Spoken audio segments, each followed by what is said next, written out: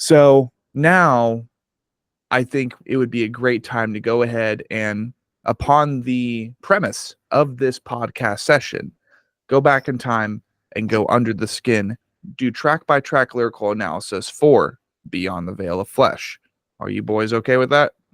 Yeah. Fantastic.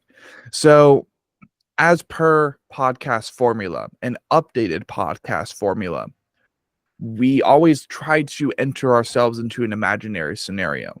So far, we've gone to funerals, or we've gone to cemeteries, not funerals. That's like a very personal, actively just, too many characters to try to put into there. We've gone to cemeteries. We've gone into the woods to visit random shrines. And we've also gone into libraries to see the album at hand as a book. And in this situation, I think it would be best to go ahead and go back into the library.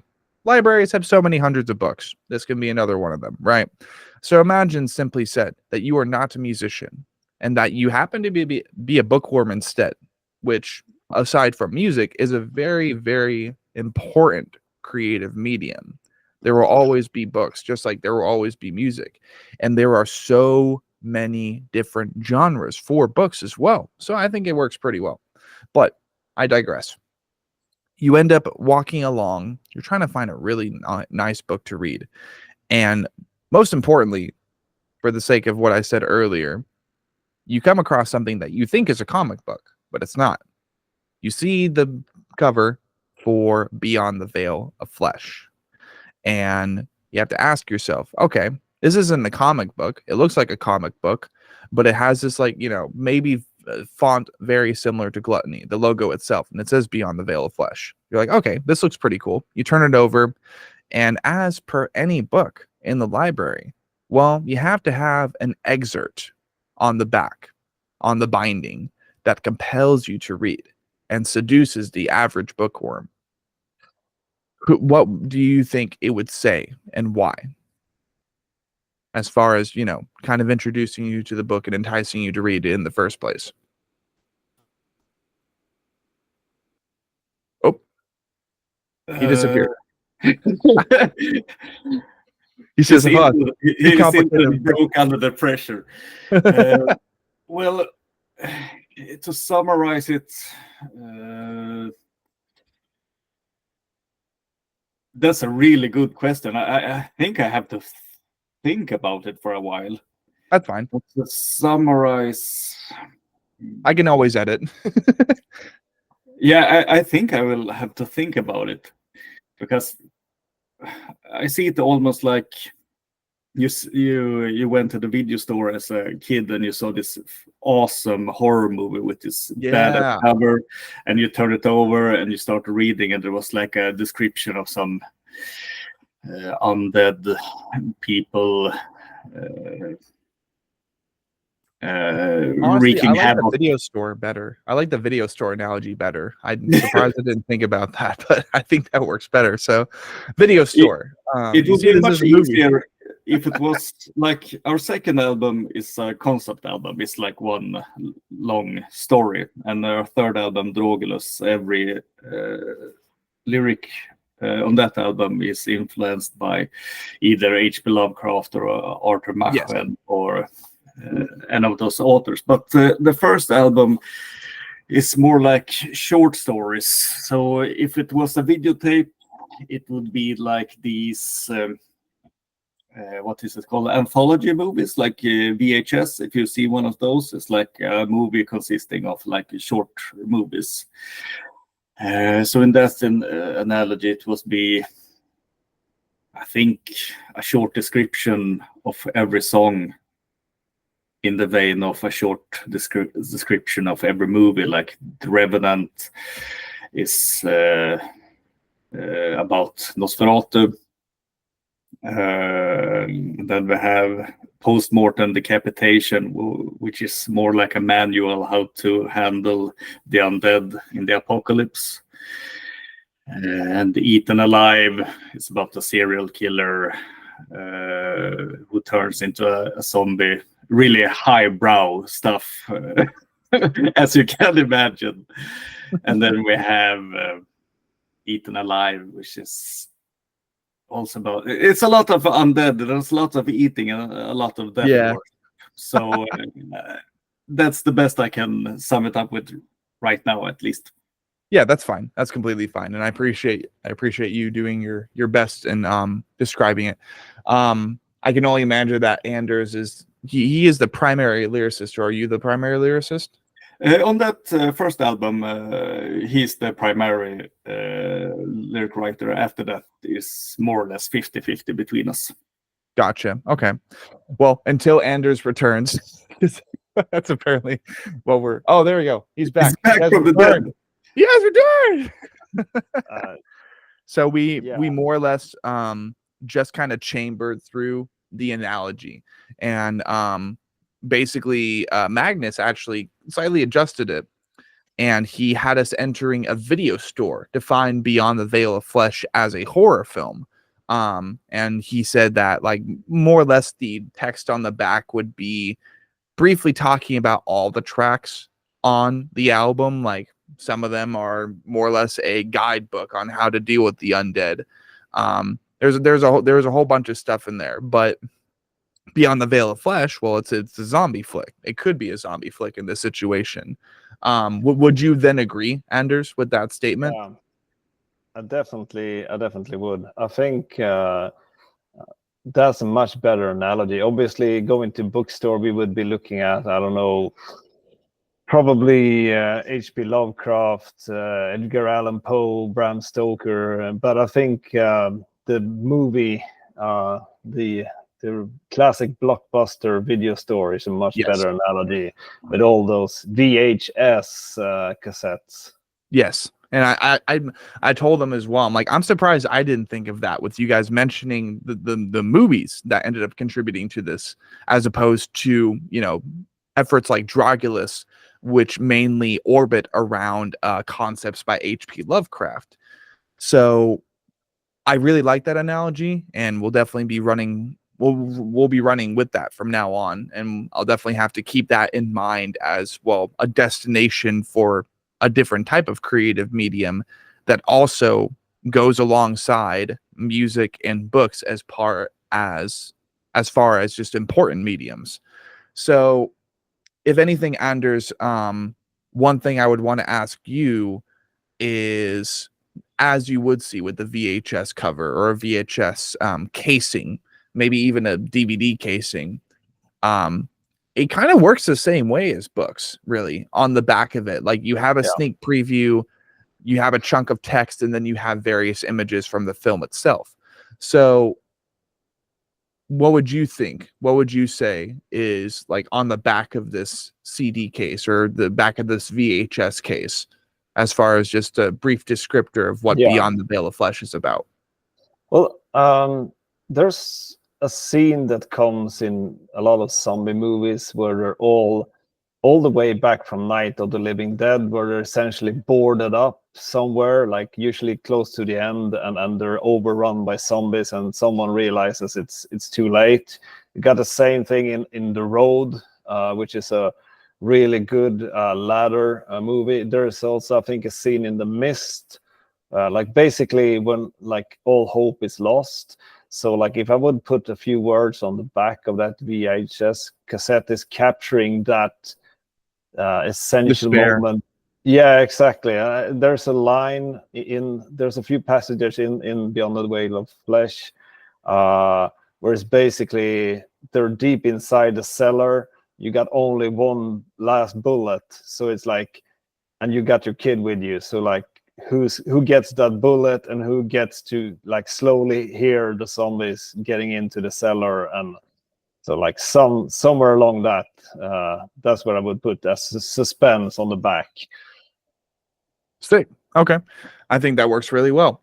So with that in mind, we have a physical representation of what Beyond the Veil of Flesh means to you guys.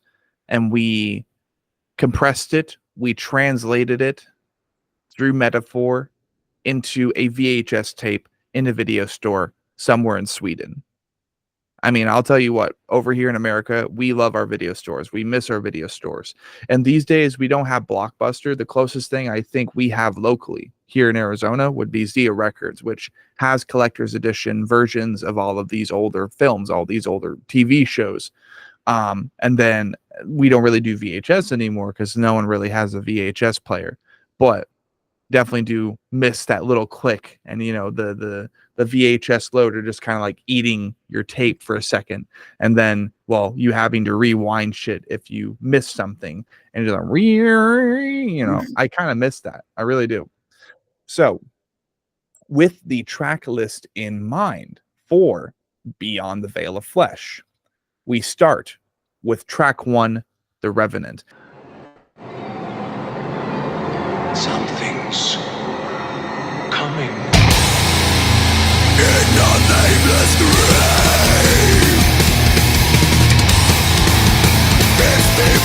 And the lighting actually in here, this looks really good. We have The Revenant. What is this lyrically talking about? Yeah, so The Revenant is essentially sticking out because it's more of a vampire, but with that said, I'm looking at classic Nosferatu, not some True Blood shit. This is your old hideous like crawling up from an unmarked grave with like dirt and yeah. So it's basically the year is 1545. It's the middle of the night and something is coming in the darkness, and so yeah. I'm trying to think of what's the name of the guy who played Nosferatu? Do you know that, Magnus? Klaus... Schreck. Yeah. Max Schreck. Max Schreck. Yep. So, and also Klaus Kinski in the remake. Yeah, exactly. And the movie Shadow of the Vampire with Willem Dafoe about the filming of Nosferatu. Like in my head, like those two were the inspiration, I would say. Understood. Okay. So that would be track 1. Track 2, we have, the title track.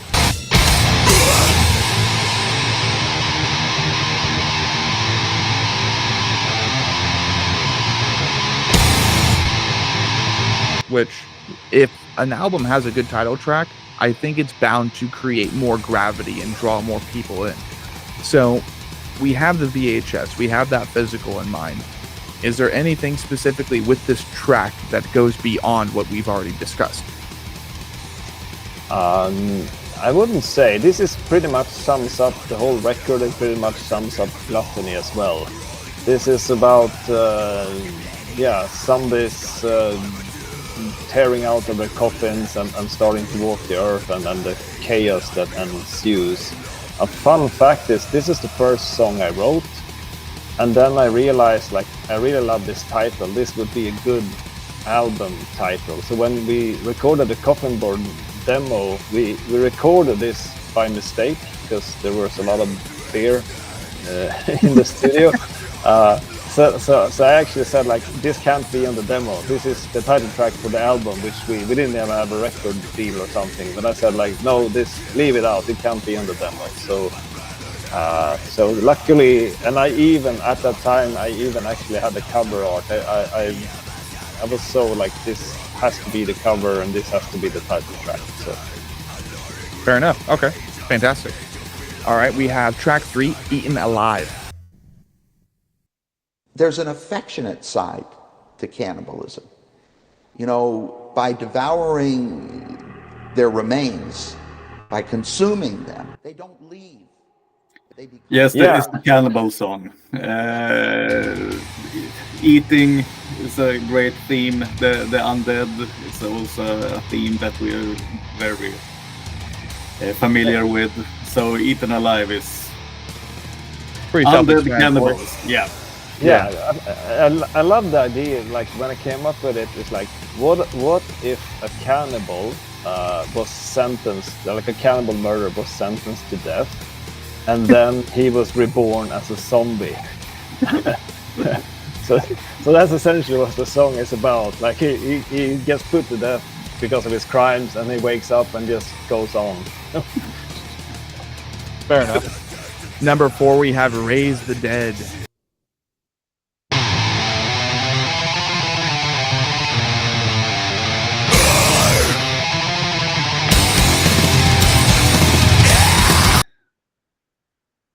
Yeah, so also quite self-explanatory. That's also a very Gluttony thing. Similarities with AC/DC. If the song is called, for example, "Raise the Dead," there's a 100% chance that I will shout that title in the chorus. Yeah, that's. I got stuck on that somewhere. I don't know if it's the upbringing, but like a lot of the lyrics I write, like it has to have the title somewhere. A fun fact with Raise the Dead is there's a lot, like Raise the Dead obviously has its like lyrical meaning, but it also has like a undertone or like a I can't find the word, but like another meaning is it's basically about celebrating old death metal bands. So the lyrics is crowded with like homage to like the first 2 lines: "Within sepulchral sleep lies angels of disease, soulless rotting in the crypts of blasphemy." And then there's like "Gone forever, dead but not forgotten." There's like a lot of references to other death metal bands, like song titles and albums, like crammed That's cool. in. I like that. I really do. And it ends up being the exact opposite to me, creatively speaking, of when bands are wanting to claim originality, right? And they refuse to make like any reference to other bands because they're trying to keep themselves separate. They're trying to keep their identity separate from those other artists. You guys were like, nah, fuck that. Like, let's make references to all these artists that have come before us, all these bands who have come before us. Let's make references to what they've made and how they inspired us to make what we're making for this record. I like that. I like that. It's very, very, it's humble, and it's not exactly a tribute, but it's a tribute made into original content as opposed to a cover, which I like. I really do like, from musician to musician, or music enthusiast to music enthusiast. So track 5, we have Coffin Born. What's going on here?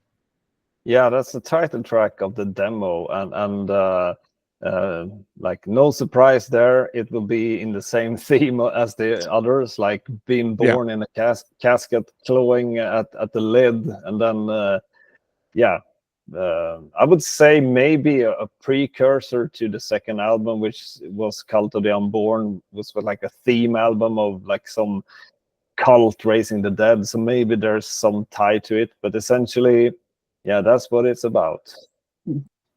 I'm so glad I know how to edit now. So much easier. So much easier, right? So next track with the CK at the end would be Post-Mortem Decapitation.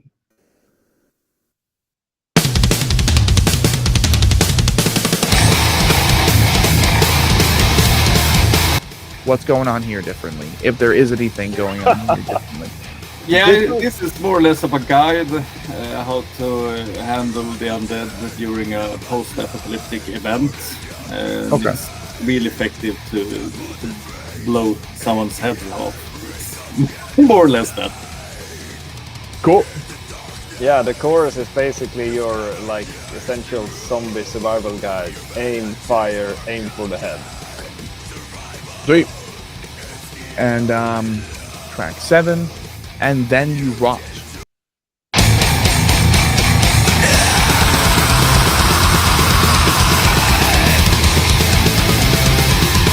What's this one about? Well, I don't want to repeat myself, but this is also about a bunch of zombies.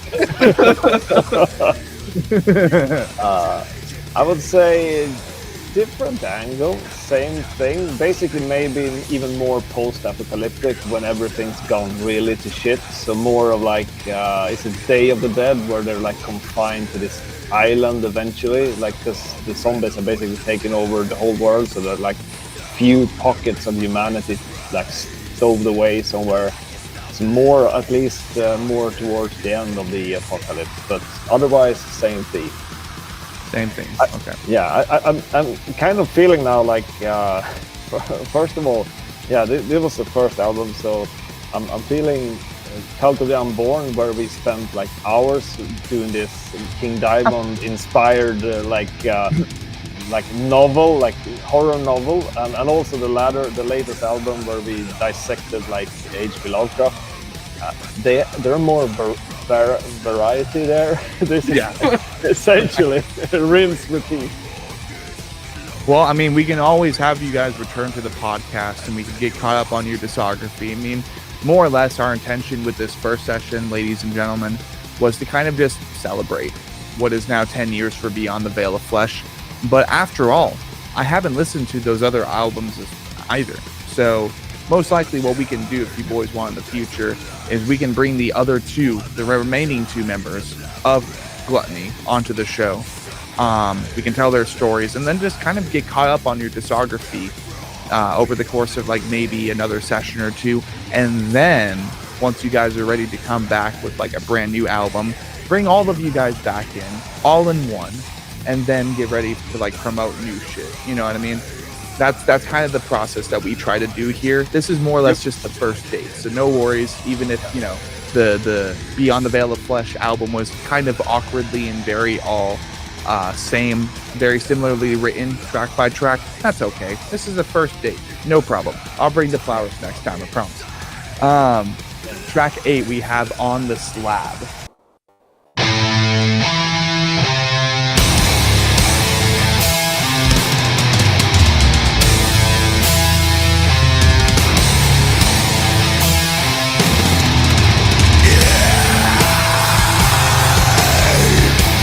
This is the last track for Beyond the Veil of Flesh.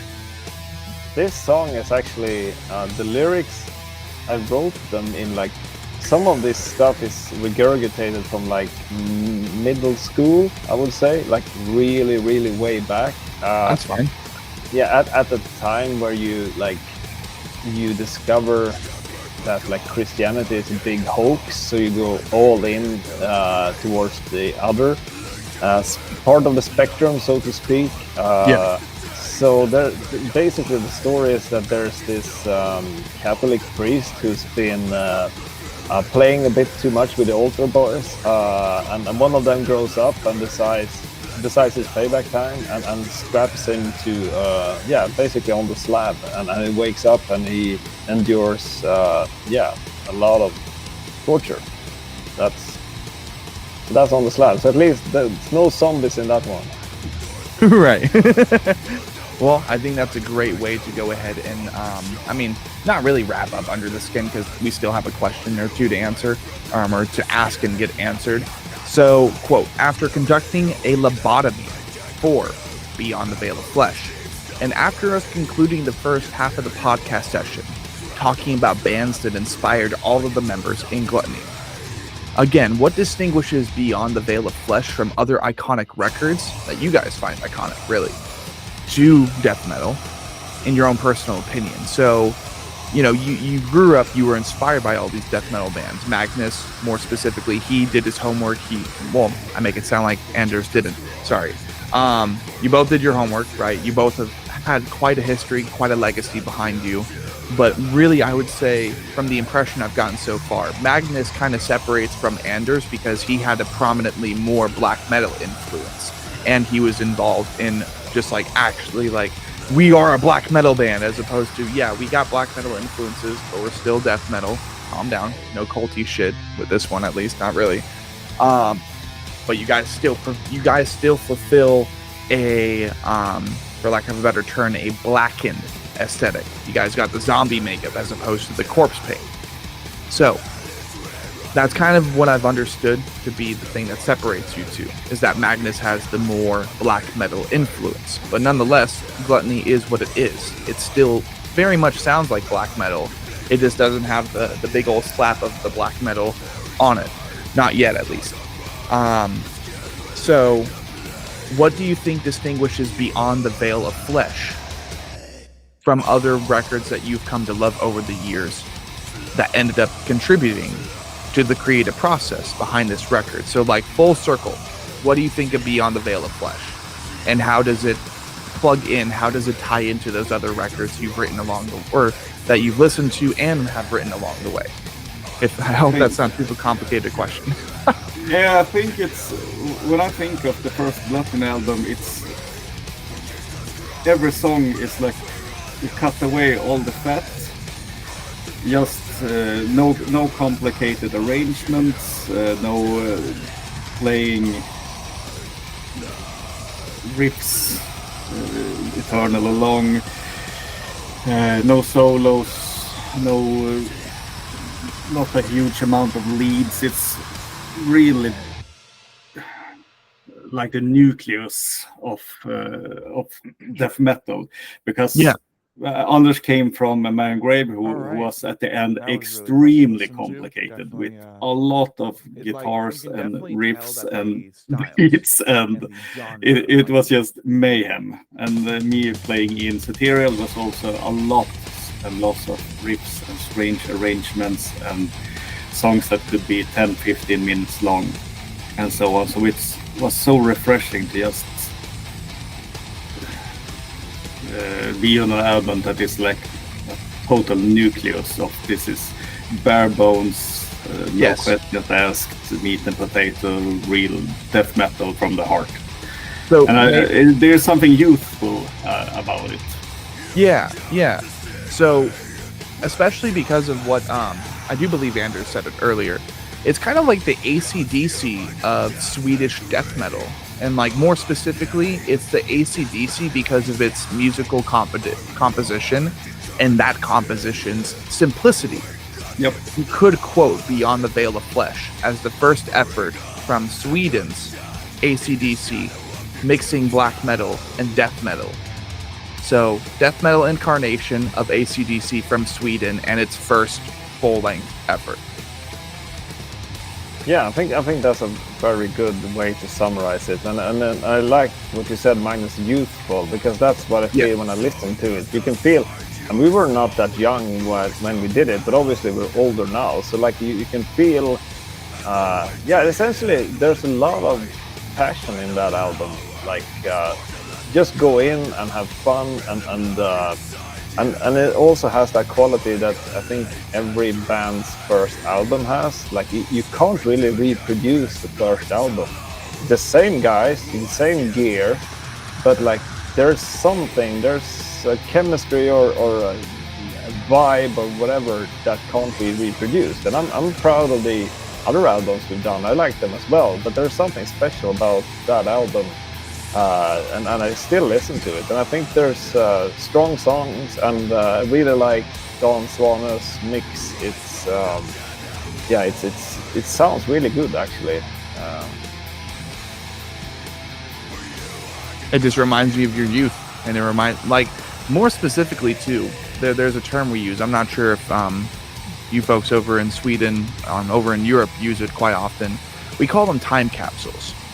And they are physical objects, whether it be like Polaroid photos, videos, movies, maybe even like compilations of photos, photo galleries, videos that you've like basically recorded on vacation. You put it into one thing. You put it into a USB sometimes as well. That's an option. In that case, Beyond the Veil of Flesh, not only is it that VHS movie that we found in the video store earlier, right? But it's also a time lapse. And most albums are. Like, they record and represent a certain point of your life where you harnessed all of this rage, depending on the music genre. You combined all this passion, all of these various emotions.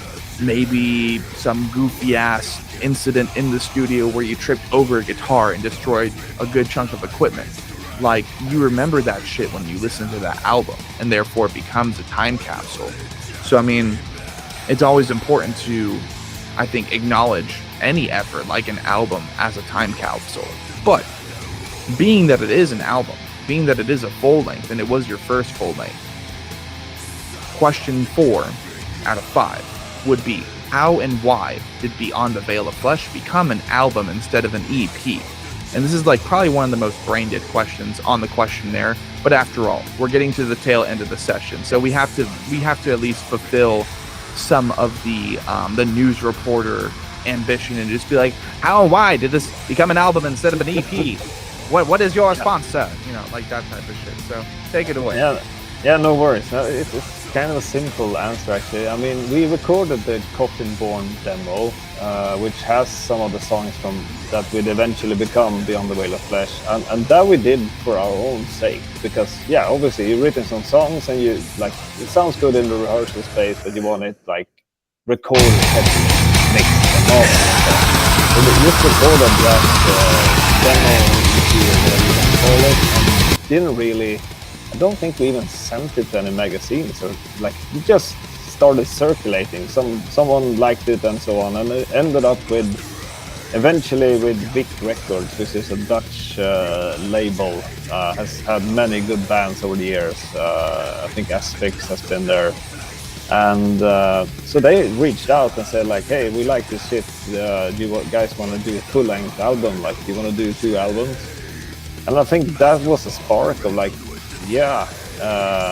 let's write an album, and then we felt like these songs are quite good, like, and we haven't played them live that much, so they would definitely go on the album. Then we quickly wrote the other, I think, 4 songs or something like that, 4 or 5, can't remember. And at that time, Johan, the singer, like he lives pretty far away, so we just talked to him. I called him up and said like, if we're gonna become like an actual band and like eventually tour, it's not gonna work out. And he was on the same page, so totally.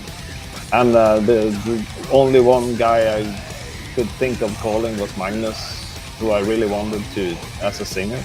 So that's essentially why it like didn't stop at the EP. We felt like, well, we wanna, like, these songs are good, they deserve to be an album. We did like The Revenant, and Postmortem Decapitation was also like a new song, and then ended up becoming the full length. And I spoke to Dan Swanner because he mixed the Last Man Grave album and did like an amazing job. And obviously everything the guy touches, whether it's like Edge of Sanity and Bloodbath, everything comes gold. So I definitely wanted to work with him, and so that's nothing more dramatic than that. Like opportunity to record a full length, and like I said, I already had the title, I already had the artwork paid for, so it's like definitely this is gonna be an album.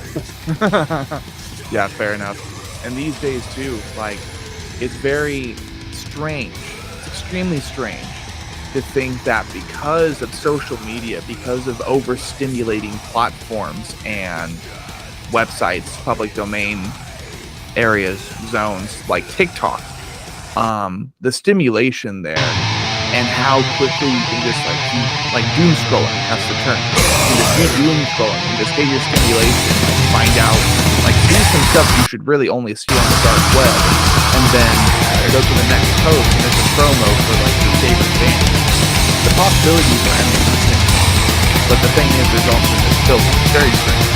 So like, you think back on that, and then you think on basically what the difference is between a single and an album. Like, it's just, of course, everybody wants it, but sometimes it's just better to do it's just, and that could be something really impressive, but it could be worse, I guess. And I also think it's a little bit of an issue because me and my other girls are so old now. Yeah. We remember things like this is what it is back in the day. It's just too strong for them. I wanted to release a music I'd like more live talk. Like the same amount, but definitely the full episode will take as much money. So the information label was full length to take the full price. As a consumer, it was so often paying a lot for the music you wanted to keep. I think a lot of younger bands now, there's a lot of talk about music was perfectly fine. Digital. But I think that an old part somewhere back in the grave, like, I mean, CD is possibly non-effective. Right. But in reality, I like concept. More killer effects than Yeah. And on top of that too, I'm noticing sometimes these days, as opposed to doing increasing and then being like, hey, we got an album. Some bands will do like multiple EPs that then combine into a bigger album. I also think that's a great way to demonstrate marketing, especially bands like Dissected from the Netherlands. Buddies of ours, shout out to them. They just released a single called Love Will Suffering actually on social media. When you have a smaller EP, there's a character on it, but then basically the whole album cover is just that little EP cover but zoomed out. That's big brain. That's really good to do from a marketing standpoint, because it's like, oh, it was part of a bigger thing, even as an album cover, as an EP cover. So that's been super fun to see from a marketing standpoint these last few years.